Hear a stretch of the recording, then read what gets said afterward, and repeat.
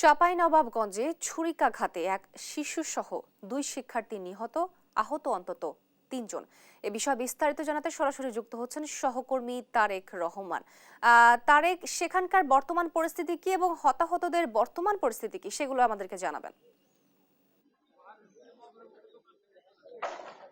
তো আপনাকে বলে রাখি, গতকাল কিন্তু বিজয় দিবস উপলক্ষে স্থানীয় জিয়া স্মৃতি সংসদ কিন্তু সাংস্কৃতিক অনুষ্ঠানের আয়োজন করেছিল। এই আয়োজন কিন্তু চলছিল মল্লিকপুর গরুর হাটে। আমার বাম দিকে দেখতে পাচ্ছেন এখনো কিন্তু মঞ্চ সাজানো রয়েছিল, সেই মঞ্চ কিন্তু এখন ভেঙে ফেলা হচ্ছে এবং তার যে উত্তর পাশ আছে সেই উত্তর পাশে যে মাছ বাজার আছে সেই মাছ বাজারে কিন্তু রাতে ঘটনাটি ঘটেছে।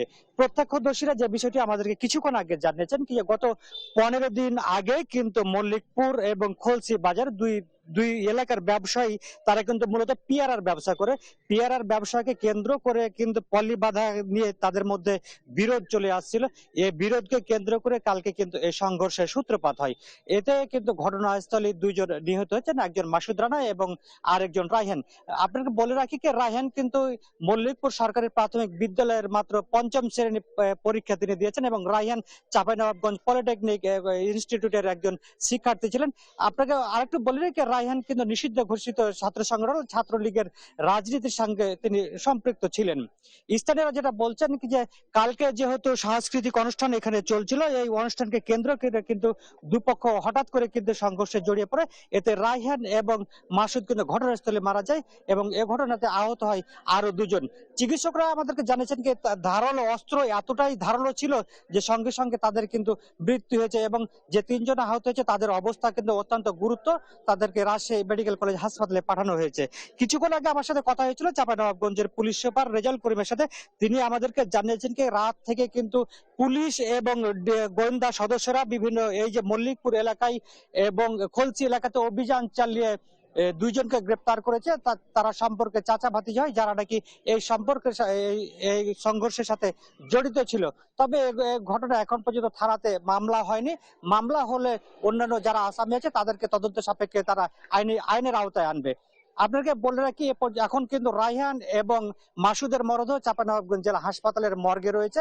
এই মর্গে থেকে তাদের ময়নাতদন্ত চলছে। ময়নাতদন্ত শেষ হলে কিন্তু মরদেহ পরিবারের কাছে হস্তান্তর করা হবে। তারপরে কিন্তু এই মরদেহ এই গ্রামে নিয়ে এসে কিন্তু দাফন করা হবে।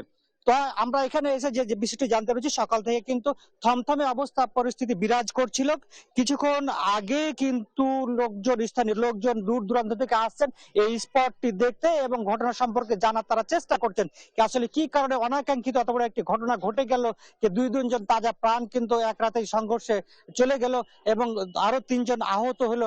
তারা কিন্তু বিষয়টি কিন্তু কুলিয়ে ওঠার চেষ্টা করছে, তারা কিন্তু ঘটনাটি সম্পর্কে জানার চেষ্টা করছে। তবে এখানে আমরা এসে কিন্তু আইন শৃঙ্খলা বাহিনীর কোন সদস্যকে আমরা এখন পর্যন্ত এখানে দেখতে পাইনি। তারা বলছে যে বিভিন্ন স্থানে অভিযান চলছে, যারা অপরাধী যারা এই ঘটনার সাথে জড়িত তাদেরকে তারা দ্রুত আইনের আওতায় নিয়ে আসবেন। তবে এই ঘটনাকে কিন্তু একটি পক্ষ রং মাখানোর চেষ্টা করছে, তারা এক একজন এক এক ভাবে কিন্তু বিষয়টিকে উপস্থাপন করছে। কিন্তু নিহতের পরিবারের স্বজনরাও কিন্তু আমাদেরকে জানিয়েছেন কি বড়ই বাগানের যে বড়ই পেয়ারা বাগানে পলি বাধাকে কেন্দ্র করে কিন্তু এই উত্তেজনা বিরাজ করছিল। এই উত্তেজনায় কিন্তু কালকে কিন্তু 2 পক্ষ সংঘর্ষে জড়িয়ে পড়ে। তবে যে এই অনুষ্ঠানে যারা আয়োজক ছিলেন স্থানীয় বিএনপি নেতৃবৃন্দ, তাদেরকে আমরা সকাল থেকে এসে কিন্তু এখানে দেখতে পাইনি। তাদের সাথে আমরা যোগাযোগের চেষ্টা করেছিলাম আসলে কি ঘটনা ঘটেছিল বা তাদের আয়োজনটা কি ছিল, তাদের সাথে আমরা কিন্তু কথা বলার চেষ্টা করি, তাদের সাথে আমরা যোগাযোগ করতে পারিনি। জি তোহা, এই ছিল আমার কাছে চাঁপাইনবাবগঞ্জের নাচল থেকে 2 খুনের বিস্তারিত তথ্য।